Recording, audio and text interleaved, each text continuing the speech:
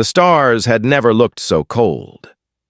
Commander Daniel Harper stood at the observation window of the transport shuttle, watching the alien flagship grow larger with each passing second.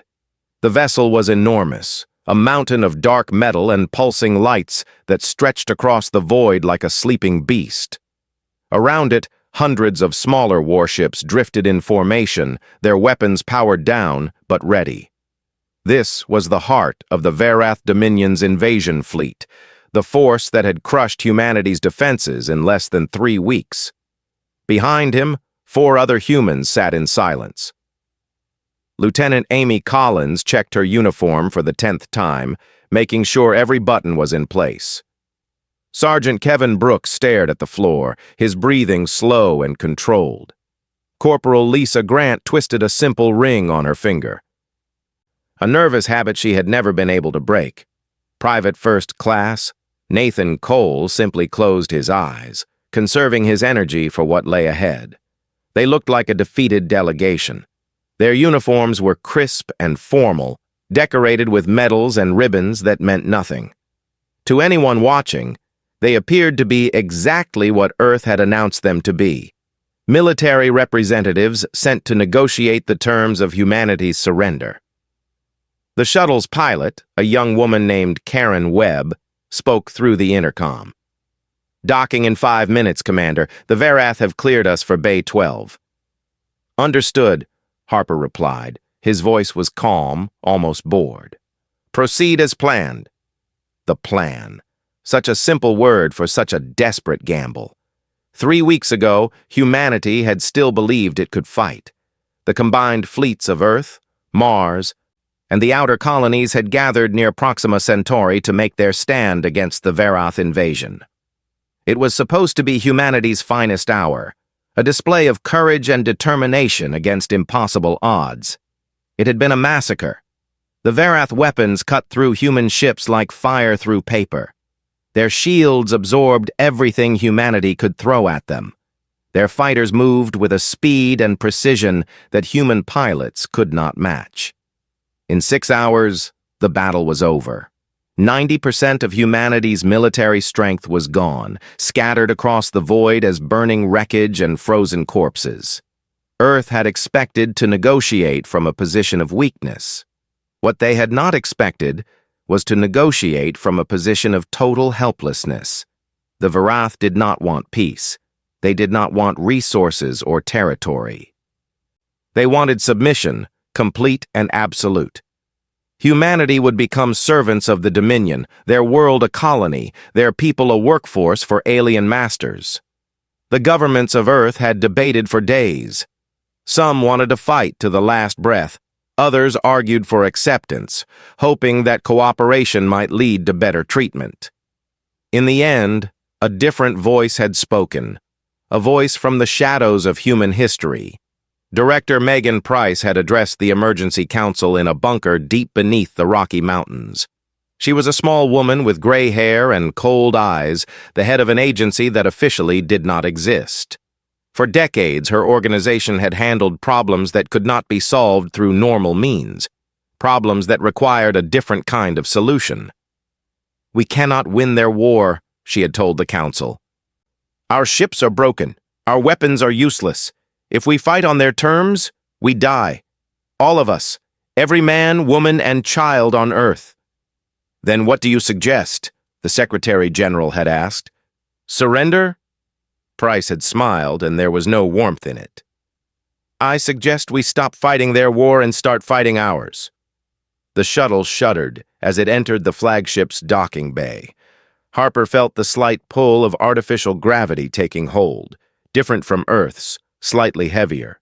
The Varath homeworld was larger than Earth, and they preferred their ships to match its conditions. "Remember your training?" Harper said quietly, not turning from the window. "We are diplomats. We are defeated. We are harmless." "Understood, sir," Collins replied. The word "sir" felt strange. Harper had never commanded troops. He had never led soldiers into battle. His rank was a fiction, created for this mission alone. In truth, he had spent the last 15 years doing work that would never appear in any official record. He had eliminated threats to Earth's security in ways that governments could never publicly acknowledge. He had killed warlords in their beds, terrorists in their hideouts, and traitors in their offices. He had done these things without glory, without recognition, and without hesitation.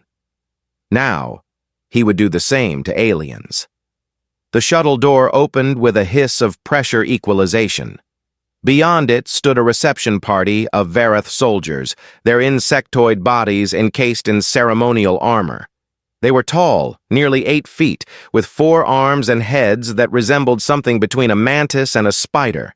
Their eyes, dozens of small black orbs clustered together, reflected the shuttle's lights like wet stones. Harper stepped forward, his hands visible and empty.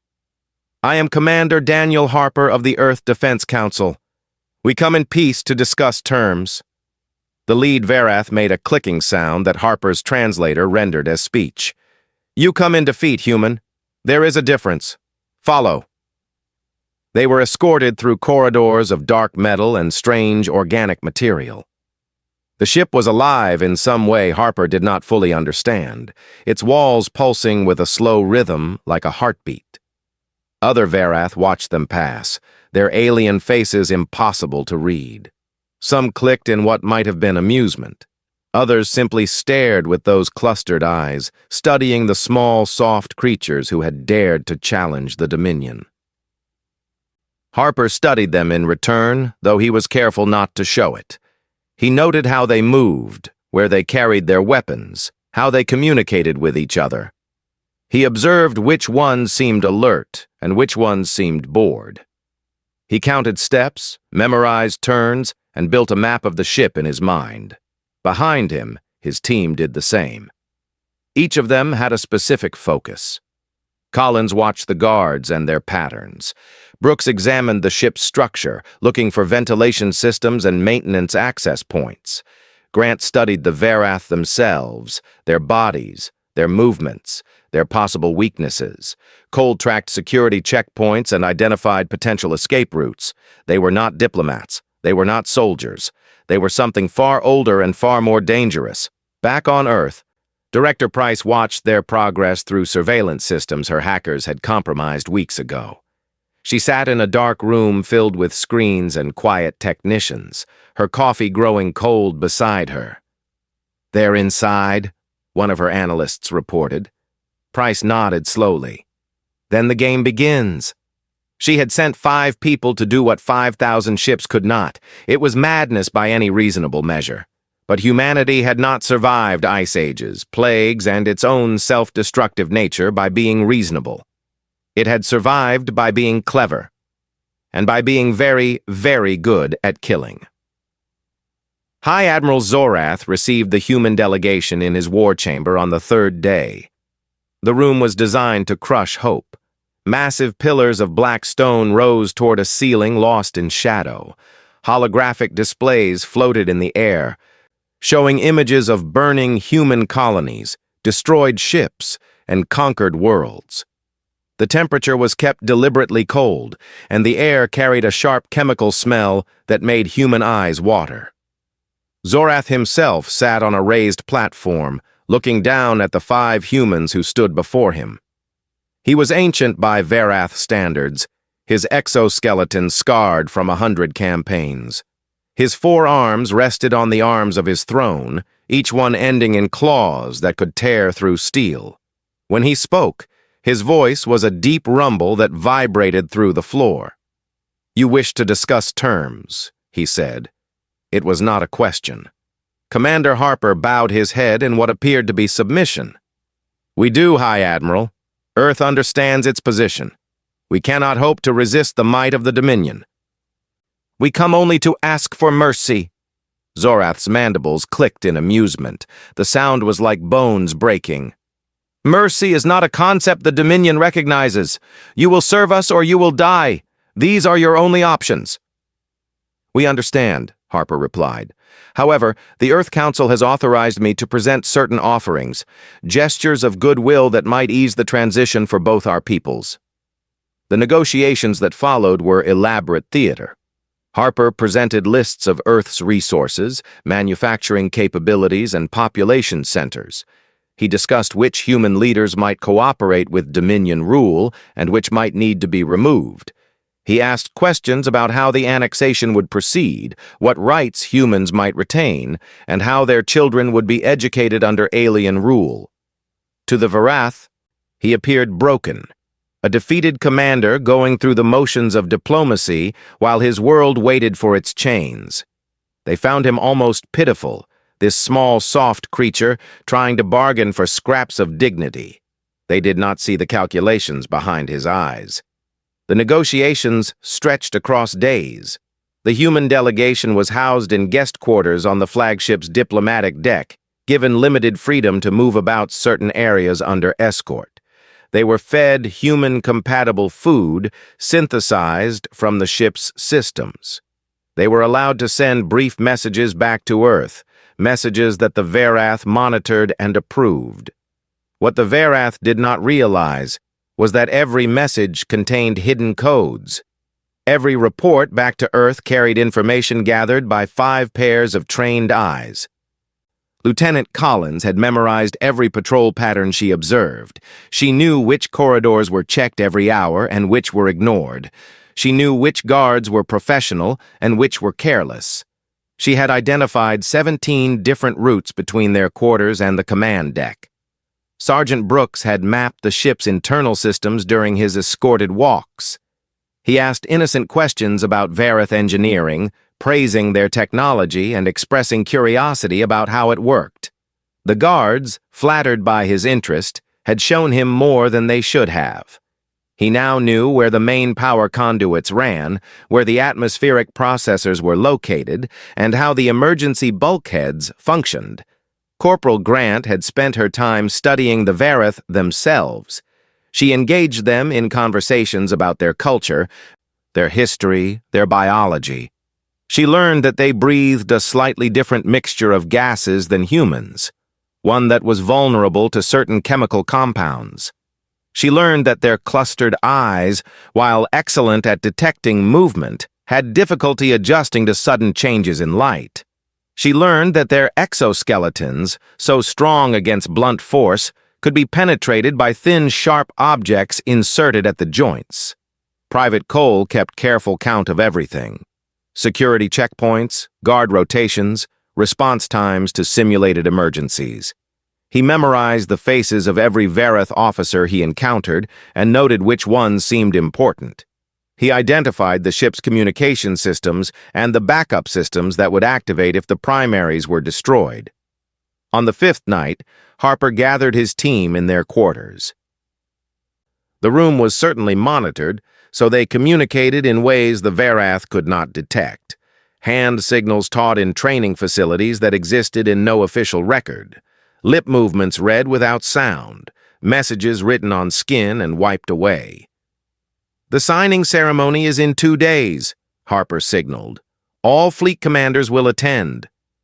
Collins responded with a slight nod. "Patrol coverage will be reduced. They're pulling guards for ceremonial duty." Brooks tapped his fingers in a specific pattern. "Ventilation access confirmed. 12 points of entry." Grant touched her throat briefly.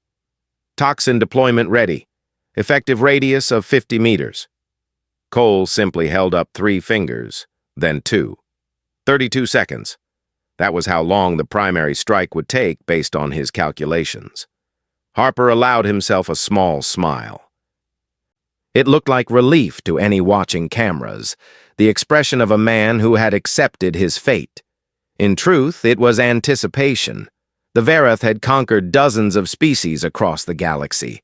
They had perfected the art of overwhelming force, crushing resistance with superior numbers and technology. They expected their enemies to fight back with ships and weapons, with armies and fleets. They were prepared for military resistance. They were not prepared for what humanity had sent. Director Price had explained it simply in her briefing before the mission. The Varath think in terms of war, armies against armies, navies against navies. They cannot imagine a species that would respond to military defeat with targeted assassination. It is not how civilized beings behave. She had paused then, her cold eyes meeting each of theirs. Humans are not civilized beings. Not really. We wear civilization like a mask, but underneath we are still the same creatures who hunted in packs on the African savanna. We are still the species that developed poison and ambush and deception as survival strategies. When we cannot win through strength, we win through cunning. Harper looked out the small window of their quarters at the stars beyond. Somewhere out there, Earth waited. Billions of people going about their lives, hoping that somehow their leaders would find a way to save them. They did not know about this mission. They did not know that 5 people were all that stood between them and slavery. That was probably for the best. What they were about to do was not the kind of thing civilizations like to acknowledge. It was not honorable or glorious. It was not the stuff of heroic stories. It was murder, calculated, premeditated, and utterly necessary. The Vareth High Command was about to learn a lesson that many human tyrants had learned throughout history. You could not kill an idea with an army. You could not crush a people by destroying their weapons. As long as humans drew breath, they would find ways to strike back. And sometimes the deadliest weapon was not a battleship. It was a single person in the right place at the right time with the right skills, or in this case, 5 of them. The morning of the signing ceremony arrived with false sunlight. The flagship's internal systems simulated a Vareth dawn, bathing the corridors in deep orange light that gradually brightened to harsh yellow. Commander Harper had not slept. He had spent the night reviewing every detail of the plan in his mind, searching for weaknesses, preparing for contingencies. There were many ways this could go wrong. The Vareth might change their security arrangements. They might separate the human delegation. They might simply decide to kill them before the ceremony. 1,000 variables could shift at any moment, and if even one went badly, 5 humans would die alone on an alien ship, and Earth would follow soon after. But Harper had been trained to work with uncertainty. His entire career had been built on walking into situations where death was the most likely outcome, and walking out again. He had survived not through luck, but through preparation, adaptation, and an absolute refusal to accept failure as an option. He dressed in his formal uniform, taking care with each button and ribbon. The uniform was a weapon in itself, though not in any way the Vareth would recognize. Hidden within its fabric were components that had been smuggled aboard in pieces, each one designed to fool the most sophisticated scanners. The buttons on his jacket contained compressed explosives. The metals on his chest were actually chemical delivery systems. The thread holding his insignia was monomolecular wire, thin enough to be invisible and sharp enough to cut through armor. His team prepared in the same way. Lieutenant Collins fixed her earrings, small decorative pieces that were actually miniature directed energy weapons. Sergeant Brooks clipped a pen to his pocket, a device that could disrupt neural activity at close range. Corporal Grant arranged her hair with pins that doubled as cutting instruments. Private Cole adjusted his belt, the buckle of which contained a compound engineered specifically to attack Vareth respiratory systems. They had spent months developing these weapons. While the fleets burned at Proxima, scientists on Earth had worked around the clock to understand their enemy. Every piece of Vareth technology recovered from destroyed ships had been analyzed. Every biological sample had been studied. Every communication intercepted had been decoded. Humanity had lost the battle in space, but they had won the battle of knowledge. The Varath were not gods. They were mortal creatures with mortal weaknesses. They could be killed. You just had to know how. A chime sounded through the ship's communication system, followed by a clicking announcement in the Vareth language. Harper's translator rendered it as a summons. The ceremony would begin in 1 hour. The human delegation was to be escorted to the Grand Hall. Harper looked at his team one final time. No words were needed. They had trained together, planned together, and prepared for this moment together. Each of them knew their role. Each of them knew the stakes. And each of them had made peace with the fact that they might not survive the next few hours. They were not heroes in any traditional sense. They were killers, chosen for this mission because they were the best at what they did. They had no families to mourn them, no children to carry on their names. They had given up normal lives long ago in service to a cause that most people would never know existed. But in this moment, they were the most important 5 people in human history. The guards arrived to escort them. 6 Verath soldiers in ceremonial armor, their weapons holstered but visible. They treated the humans with something approaching courtesy, the politeness of victors toward the vanquished. One even made a comment that the translator rendered as reassurance. "It will be over soon. Your people will learn to accept their place." Harper simply nodded and followed. The grand hall was magnificent in a terrible way. It occupied the entire center of the flagship, a vast space designed to hold thousands. The walls were covered in murals depicting Verath conquests, species after species bowing before the Dominion's might. The ceiling displayed a holographic map of the galaxy, with Dominion territory marked in red. It covered nearly a third of the known stars. At the center of the hall stood a ceremonial platform where the signing would take place. Tables had been arranged in a semicircle, each one representing a different fleet. High admirals and fleet commanders were already arriving, their entourages filling the surrounding spaces. Harper counted quickly. 11 of the Dominion's 12 highest military leaders were present, with more still arriving. This was exactly what they had hoped for. On Earth, Director Price watched through the surveillance feeds her team had compromised. The bunker was silent except for the hum of computers and the quiet breathing of technicians. Everyone understood what was about to happen. Everyone understood that the next hour would determine the fate of their species. "All targets present?" she asked quietly. "Confirmed," an analyst replied. 11 high admirals currently in the hall. The 12th is en route, arriving in 30 minutes. Price nodded slowly. "Signal the team. Green light." The signal was transmitted through channels the Verath had never detected, buried in the routine communications between the delegation and Earth. Harper felt his collar vibrate slightly, a sensation no one else would notice. The mission was go. He took his position at the ceremonial table, flanked by 2 Verath officials who would witness the signing. His team spread out through the hall as they had planned.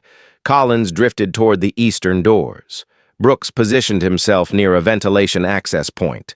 Grant moved close to a cluster of high admirals. Cole took a position near the main exit. High Admiral Zorath ascended to the platform, his ancient body moving with surprising grace. He looked down at the gathered crowd with obvious satisfaction. This was his triumph. His fleet had conquered humanity. His name would be recorded in Dominion history as the one who brought another species to heel. "Today," he announced, his voice amplified throughout the hall, "we witnessed the formal submission of the human race. They came to us with weapons, and we broke them. They came to us with ships, and we destroyed them. Now they come to us with bowed heads, as all species eventually do." The gathered Verath clicked their approval. Some stamped their lower limbs against the floor in a display of enthusiasm. Zorath turned to Harper. "Human Commander, you may speak before you sign." Harper stepped forward. His heart was steady. His hands were still. He had done this before, though never on this scale. He had stood before powerful enemies and looked them in the eye and watched them die without understanding what had happened. "Thank you, High Admiral," he said. "Before we proceed, I have a message from Earth." He paused, letting the translator carry his words to every corner of the hall. Humanity does not surrender. For just a moment, confusion rippled across the alien faces, and then the lights went out. Darkness swallowed the grand hall. For exactly 3 seconds, the most powerful military commanders in the Verath Dominion could not see. Their clustered eyes, evolved for the bright light of their homeworld, needed time to adjust. Those 3 seconds were a gift from humanity's scientists who had studied Vareth biology and found this weakness. 3 seconds was all the team needed. Lieutenant Collins moved first. Her earrings flashed twice, sending concentrated beams of energy into the eyes of the guards nearest the eastern door. The Varath soldiers screamed and clutched their faces, blinded permanently. Before they hit the ground, Collins had taken their weapons and was moving toward her next targets. Sergeant Brooks lunged toward High Admiral Zorath on the platform. The ancient commander was reaching for his sidearm, his movements slow with age and confusion. Brooks pressed his pen against the exposed joint beneath Zorath's lower left arm and activated the neural disruptor. Electricity surged through the alien's nervous system. Zorath convulsed once and collapsed, his body twitching helplessly on the ceremonial platform. Corporal Grant was already among the cluster of high admirals she had positioned herself near. Her hands moved in patterns that seemed almost gentle, like a dancer performing an ancient art. But with each motion, a hairpin found its way into the vulnerable joints of Vareth exoskeletons. 3 admirals fell in as many seconds, their internal fluids leaking onto the polished floor. Private Cole cracked open his belt buckle and hurled it toward the main ventilation intake above the hall. The compound inside reacted with the air, transforming into a fine mist that spread through the atmospheric system. Within moments, Varath throughout the hall began clutching their throats. The toxin was specifically designed to attack their respiratory organs, causing rapid suffocation. Commander Harper did not move from the ceremonial table.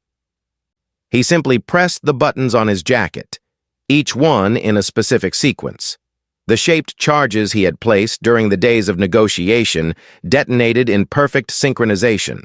Small explosions tore through the hall at precise locations, each one finding a target that had been identified and marked during those long days of apparent submission. The emergency lights activated, bathing the scene in harsh red. What they revealed was carnage. Vareth bodies lay scattered across the grand hall. Some were dead from Grant's precision strikes. Others gasped for air as the toxin overwhelmed their systems. Still others lay wounded from the explosions, trying to drag themselves toward exits that no longer offered escape. The whole thing had taken 41 seconds. Harper stepped over the body of a Vareth official and approached High Admiral Zorath, who lay paralyzed on the platform. The ancient commander's eyes were open, his mandibles trying to form words but finding no sound. The neural disruptor had not killed him, only immobilized him temporarily. This was deliberate. "You are going to live," Harper said calmly. "For now." He looked around the hall at his team. Collins had secured the eastern doors. Brooks was ensuring that no Varath remained alive who might send a warning. Grant was moving through the fallen admirals, confirming each kill with quiet efficiency. Cole was watching the main entrance, weapon ready for any reinforcements. 11 of the Dominion's 12 high admirals lay dead or dying. Their staffs, their guards, their advisors, all eliminated in less than a minute. The greatest military assembly in Vareth history had become a slaughterhouse. Harper turned back to Zorath. The paralysis was beginning to fade, and the admiral's mandibles were moving again, producing weak, clicking sounds that the translator struggled to interpret. "Why?" Zorath managed. "This changes nothing. Our fleets will burn your world." "Perhaps," Harper acknowledged. "But first, let me explain something to you." He crouched down so that his eyes were level with Zorath's clustered gaze. "Your species has conquered dozens of worlds. You have crushed military resistance from civilizations far more advanced than ours. You expected us to be just another conquest, another species to add to your collection." Harper reached into his pocket and produced a small data chip, which he placed on the floor where Zorath could see it. "That chip contains recordings of everything that happened here today. You will take it back to your remaining forces. You will show them what 5 unarmed humans did to your entire command structure, and you will deliver a message." Zorath's eyes fixed on the chip. His mandibles clicked weakly. What message? Humanity cannot defeat your fleets. We know this. You are stronger, faster, more advanced. In any battle, you would destroy us. Harper leaned closer. But battles are not the only form of war. Your ships require commanders. Your strategies require planners. Your invasions require leaders. And leaders can be killed.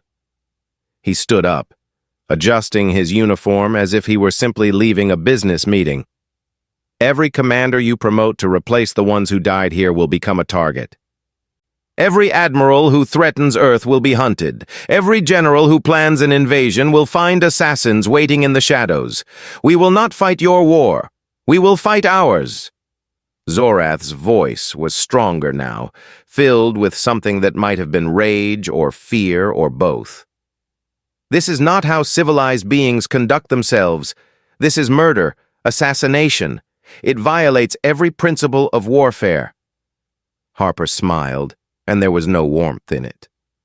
You conquered the galaxy by being stronger than everyone else. That was your principle of warfare. You never faced a species that responded to strength with cunning. You never fought enemies who understood that killing the right person at the right time is worth more than 1,000 ships. He signaled to his team, and they began moving toward the extraction point.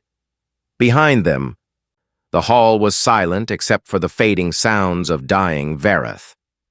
Humans have been killing each other for 100,000 years, Harper said over his shoulder. We have developed the art of assassination to a degree your species cannot imagine. Poison, blade, bomb, and bare hands. We have killed kings and emperors, presidents and generals. We have changed the course of history with a single well-placed shot. He paused at the doorway and looked back at the paralyzed admiral. You wanted to conquer us. You wanted to make us servants. Instead, you have made us your nightmare. Every time you close your eyes, you will wonder if there is a human nearby. Every time you give an order, you will wonder if it will be your last. Zorath tried to rise but fell back, his muscles still partially paralyzed. This is not over, he managed. The Dominion will have its vengeance. Harper nodded slowly. Perhaps. But vengeance requires someone to give the orders. After today, I wonder how many of your commanders will be willing to volunteer. He turned and walked away, leaving High Admiral Zorath alone among the bodies of his fallen comrades. The emergency alarms were beginning to sound throughout the ship, but they were already too late. The wolves had finished their work, and they were already gone. The extraction shuttle slipped away from the flagship while chaos consumed the Varath fleet. Commander Harper sat in the pilot's seat, guiding the small craft through a gap in the enemy formation that had existed for exactly 17 seconds. His team had planned for this window, knowing that the initial confusion following the attack would create momentary lapses in coverage. 17 seconds was enough. Behind him, his team secured their weapons and treated minor injuries. Lieutenant Collins had taken a glancing blow from a Vareth guard during the escape. Corporal Grant was cleaning blood from her hands, most of it not her own. Sergeant Brooks and Private Cole sat in silence, their eyes distant, processing what they had just done.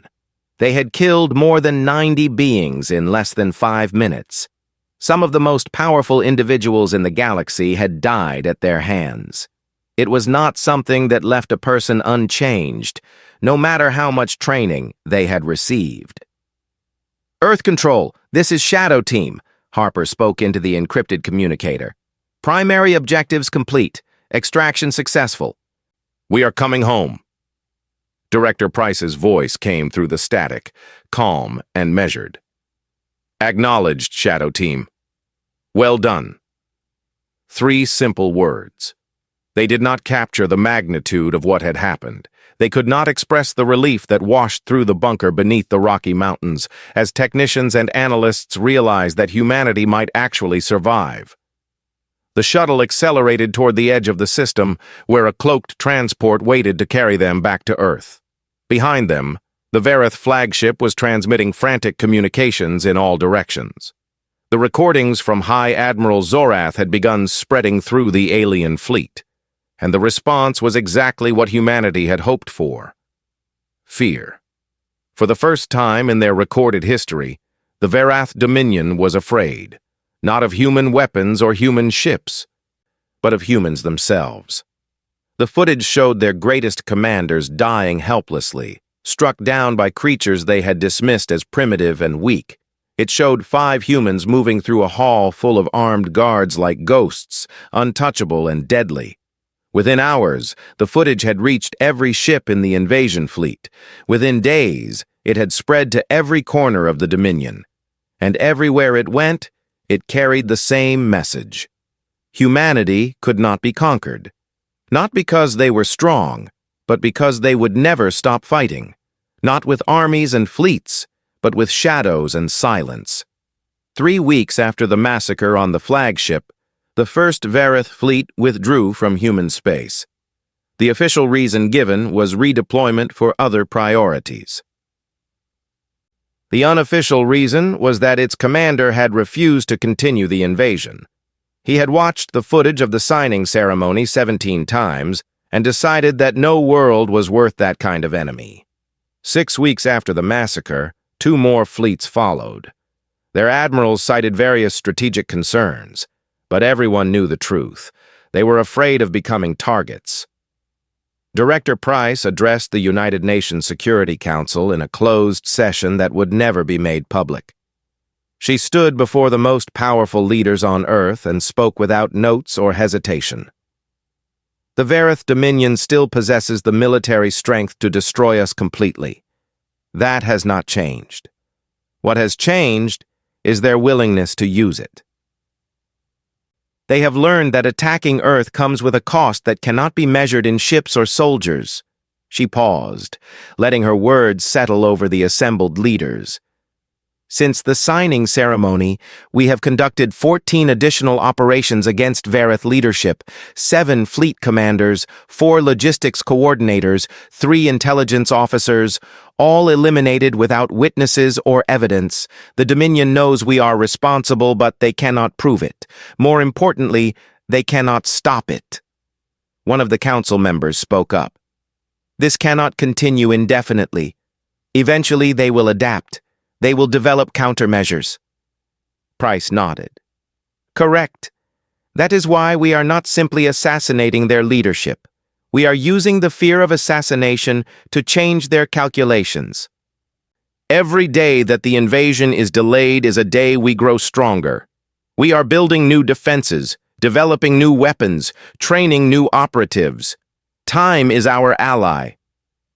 She brought up a holographic display showing troop movements across Varath space. The Dominion Council is currently debating whether to continue the Earth campaign or redirect resources elsewhere. Our intelligence suggests they are divided. Some want to glass our planet from orbit, avoiding any further ground engagement. Others argue that such an action would encourage other conquered species to resist, knowing they have nothing to lose. And the third option? Another council member asked. The third option is negotiation, a genuine treaty that recognizes Earth as a sovereign power, too dangerous to conquer but too valuable to destroy. There was silence in the chamber.